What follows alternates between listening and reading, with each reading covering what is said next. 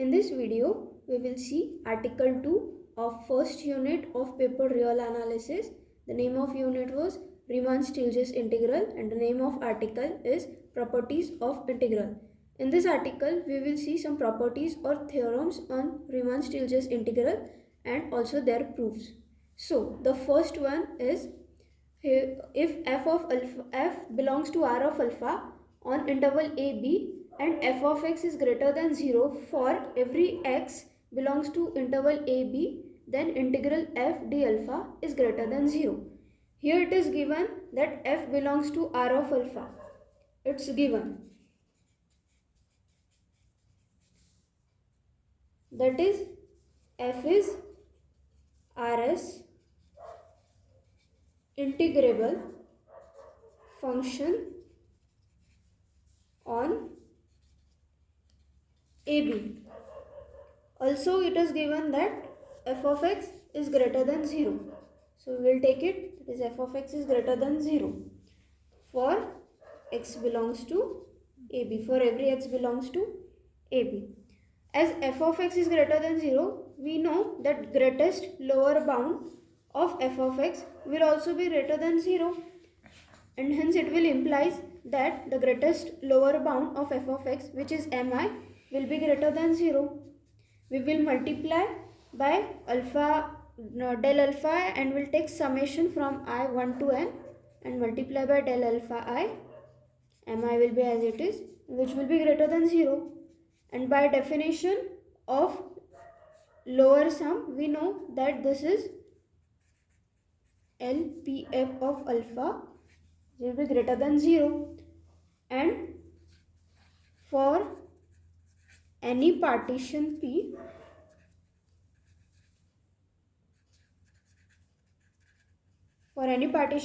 of AB, we have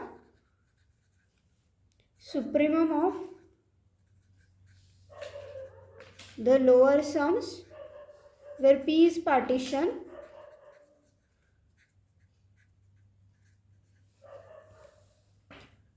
greater than 0, which means by definition that the lower integral will be greater than 0.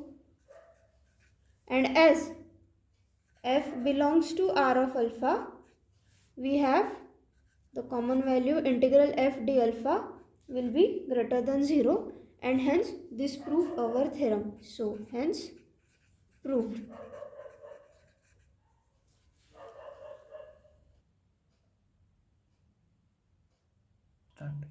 Now we will see the next property.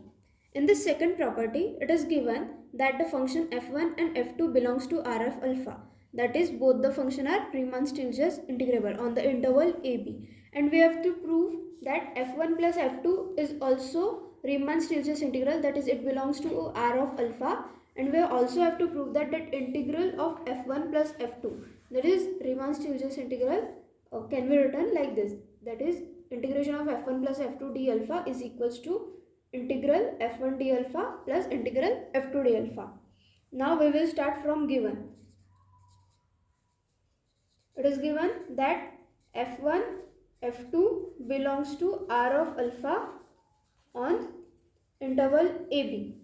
Therefore, both f1 and f2 are Rs integrable. And we have to prove that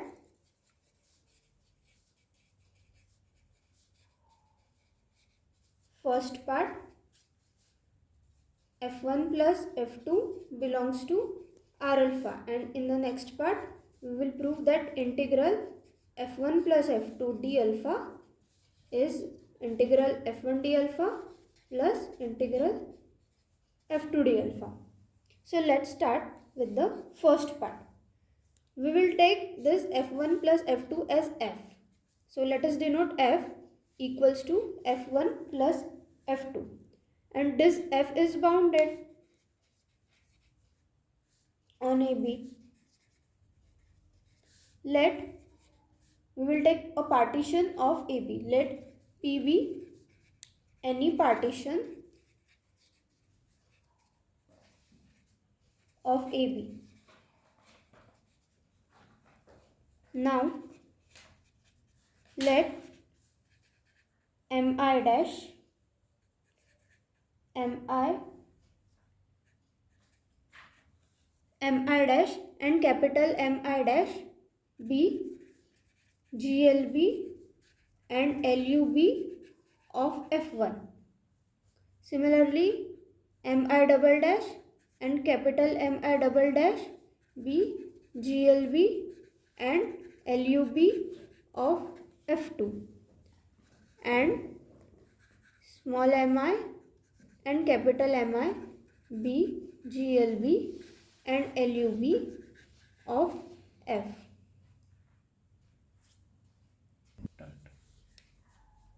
Now we have Mi dash plus Mi double dash, which are greatest lower bound of F1 and F2, will be less than greatest lower bound of F, which will be less than lowest upper bound of F, which will be again less than the sum of lowest upper bound of F1 and F2.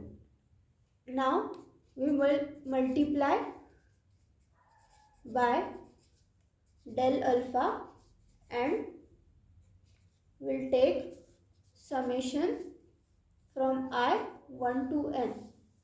So we will get summation I from 1 to n del alpha I mi dash plus summation I from 1 to n del alpha I mi double dash, which will be less than summation I from 1 to n del alpha I mi, which will be less than summation I from 1 to n del alpha I capital Mi, which will be again less than the sum of summation I from 1 to n del alpha I mi dash plus summation I from 1 to n del alpha I mi double dash.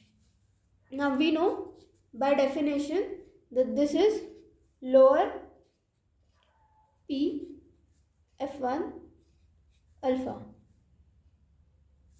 plus lower sum of P F2 alpha, which will be less than lower of P F alpha less than U P F alpha, which will be less than the sum of U P F alpha plus U P F alpha.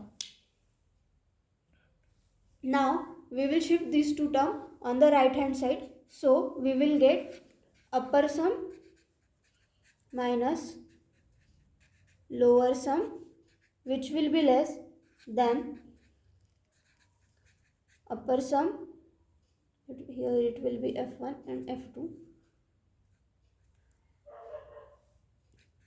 plus upper sum function F2 minus lower sum of F1 and F2. Start. Now by evaluating this further, we get upper sum of function F minus lower sum, which will be less than upper sum of F1 minus lower sum of F1 in bracket plus upper sum of function F2 minus lower sum of function F2.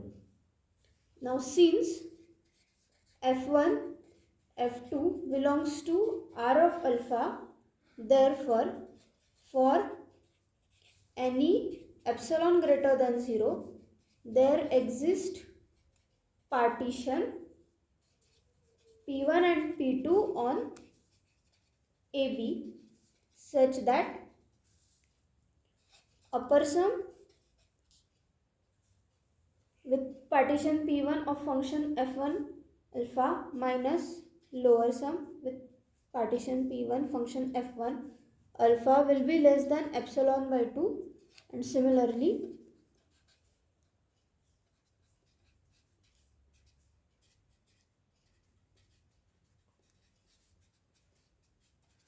upper sum with partition P2 of function F2 will be minus lower sum of function F2 with partition P2 will be less than epsilon by 2. We will number this as 2 and this as 1. Now let P be common partition of P1 and P2. We will take P as a refinement of P1 and P2.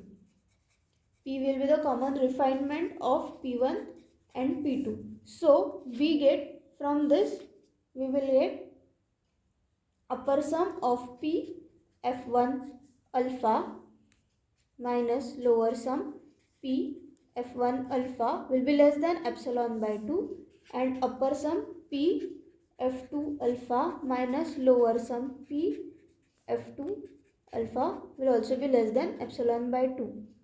We'll number it as 3.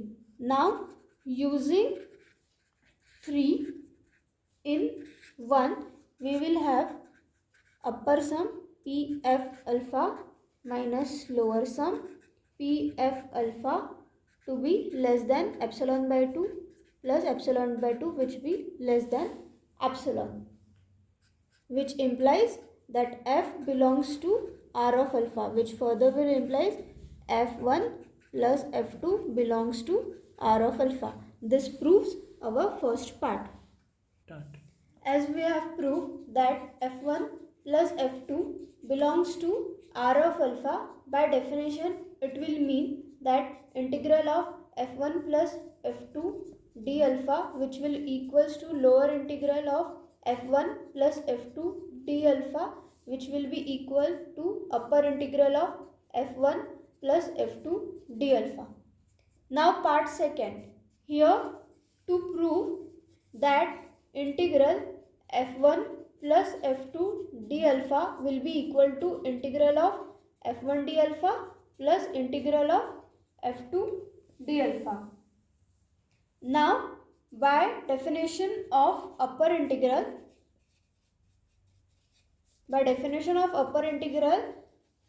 there will be exist a partition P1 and P2. There will exist partition P1 and P2 of interval AB such that the upper sum of P1 F1 alpha will be less than the upper integral of F1 d alpha plus epsilon by 2, and upper sum of P2 F2 alpha, which will be less than upper integral of F2 d alpha plus epsilon by 2.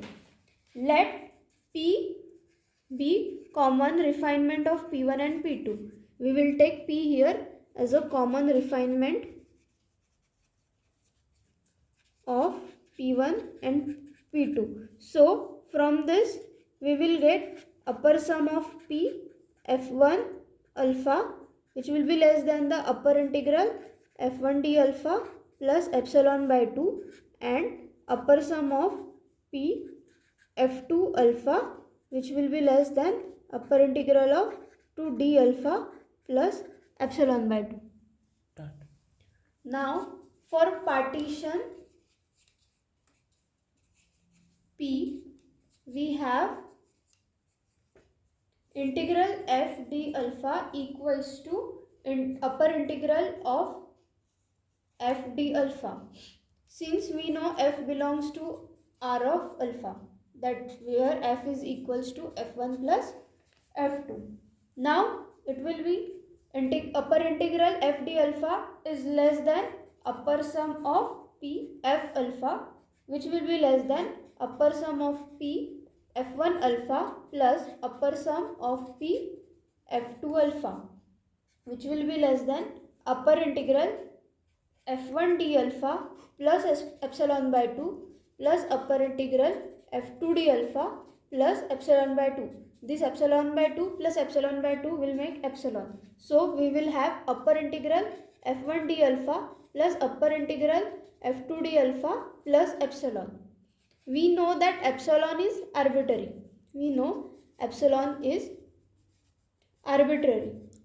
So let epsilon be tends to 0. Therefore we will have integral f d alpha to be less than upper integral f1 d alpha plus upper integral f2 d alpha. Let's rename it as a. Now we will prove opposite of this, that we will prove integral f d alpha to be greater than integral f1 d alpha plus integral f2 d alpha. As we know, f1 and f2 belongs to r of alpha. We will have integral f1 d alpha to be equals to upper integral f1 d alpha to be equals to lower integral f1 d alpha, and similarly integral of f2 d alpha equal to lower integral f2 d alpha equals to upper integral f2 d alpha. So a will be written to be integral f d alpha less than integral f1 d alpha plus integral f2 d alpha. So rather than naming this a, we will name it. Now similarly, by definition of lower integral, there will be partition p1 and p2 such that lower sum p1 f1 alpha will be greater than lower integral f1 d alpha plus epsilon by 2, and lower sum p2 f2 alpha which will be greater than lower integral f2 d alpha plus epsilon by 2. Let p be common refinement.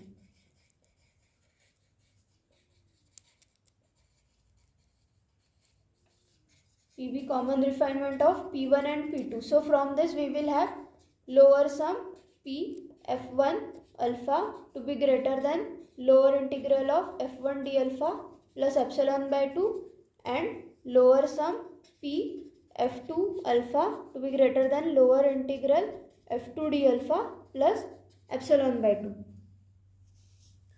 Therefore, for partition P we have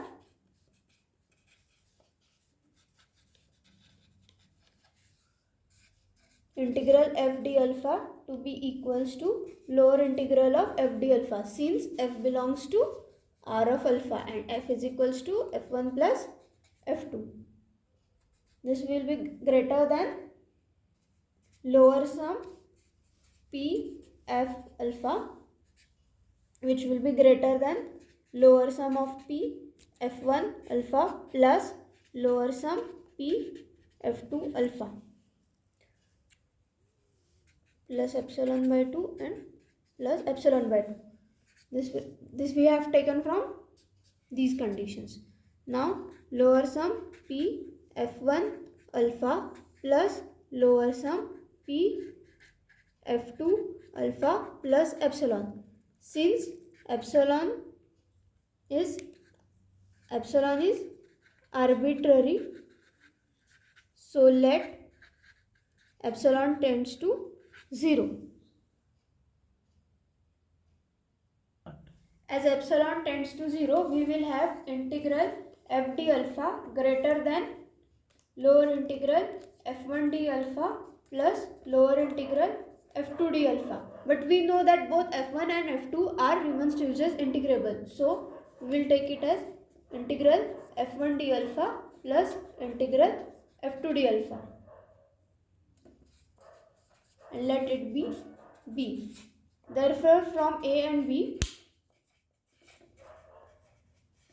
we will have integral f d alpha to be equals to integral f1 d alpha plus integral f2 d alpha, since we have taken f to be f1 plus f2. Therefore, integral f1 plus f2 d alpha equals to integral f1 d alpha plus integral f2 d alpha. Therefore, both parts are proved.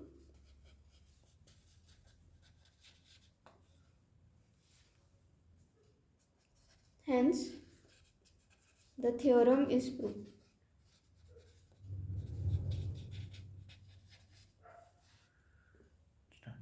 Now we will see the third property.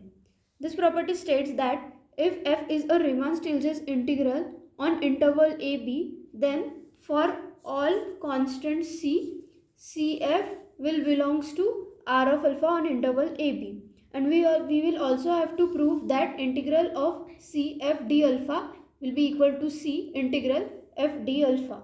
So let us start from given. It is given that f belongs to r of alpha, that is f is rs integrable, implies integral of f d alpha equals to lower integral f d alpha, which will be equals to upper integral f d alpha.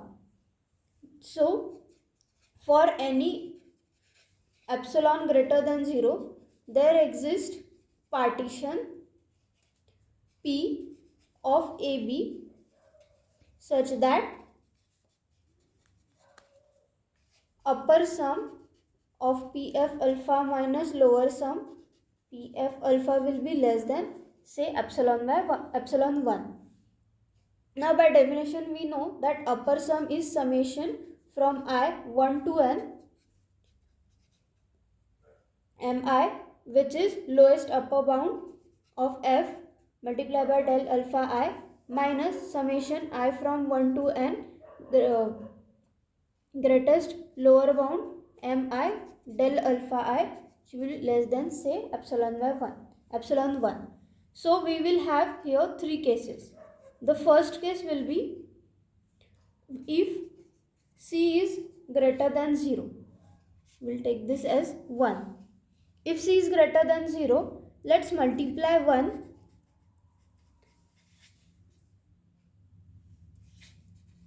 by c.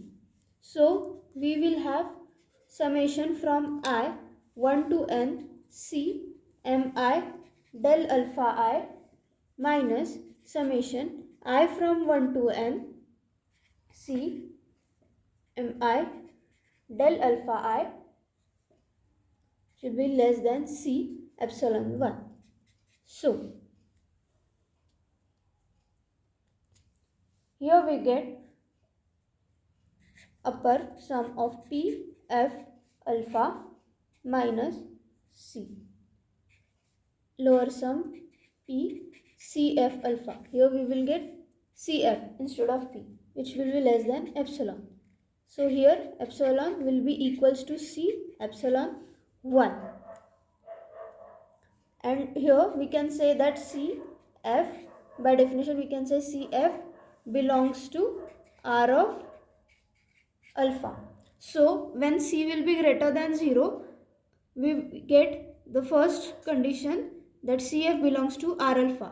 Further we will see next two cases when c will be less than 0 and c will be equal to 0. Now case 2 is when c is less than 0. So let's multiply equation 1 by c on both sides. So we get summation I from 1 to n c capital Mi del alpha I minus summation I from 1 to n c Mi del alpha I. Remember here c is less than 0, so we will get greater than or sign. Take it as epsilon 1. So by definition we have upper, we will get this as minus upper sum P CF alpha plus lower sum P CF alpha, and here it will be C of epsilon 1, which will be greater than epsilon. So multiply by minus 1 on both sides. Multiply by minus 1 on both sides. So we get upper sum P CF alpha minus lower P CF alpha to be less than epsilon, and hence once again by definition it implies that CF belongs to R of alpha. The third case will be, that is case 3, C equals to 0. And for this condition, we get trivial solution. Here, this case is trivial. Because it is obvious, whenever C will be equals to 0, the CF will belongs to R of alpha. And by 3 cases, we get CF belongs to R of alpha for all values of C. For all values of constant C. Next, we have to prove that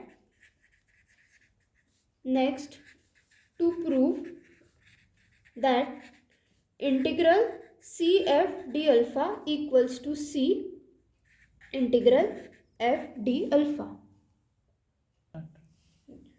In first part, we have proved that C alpha belongs to R of alpha.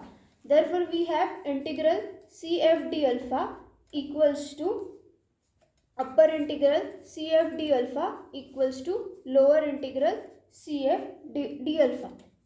Let's give it as equation 2. Here also there will arise 3 cases. Case 1 will be C greater than 0. Case 2 will be C when C will be less than 0. And case 3 will be C equals to 0. So let us see all the 3 cases one by one. So first, case 1, when C is greater than 0. So we will have integral CF d alpha to be equals to lower integral CF d alpha. We know that by definition lower integral is lowest upper bound of collections of lower sum, where P is partition of AB, which is equal to lowest upper bound. We will take this C outside, C of lower sum PF alpha, where again P is partition. Now we will take this C out of this collection, that is C LUB, collection of all the lower sum where P is partition. Now by definition we know that this is the integral lower integral f of d alpha, and as f is Rs integrable, that is since f belongs to R of alpha, we will have C. Therefore for case when C will be greater than 0, we get the result integral of CF d alpha will be equal to C integral of f d alpha. Now let us see case 2. Now case 2 is C is less than 0. So integral f d alpha is equals to upper integral of f d alpha. Now by definition we know that upper integral of f d alpha is equals to GLB, that is greatest lower bound of collection of all upper sums. So as we have done in case 1, the similar we will follow in this case where P is partition. Here GLB, that is greatest lower bound, C we will take outside, P is partition of AB, again C GLB,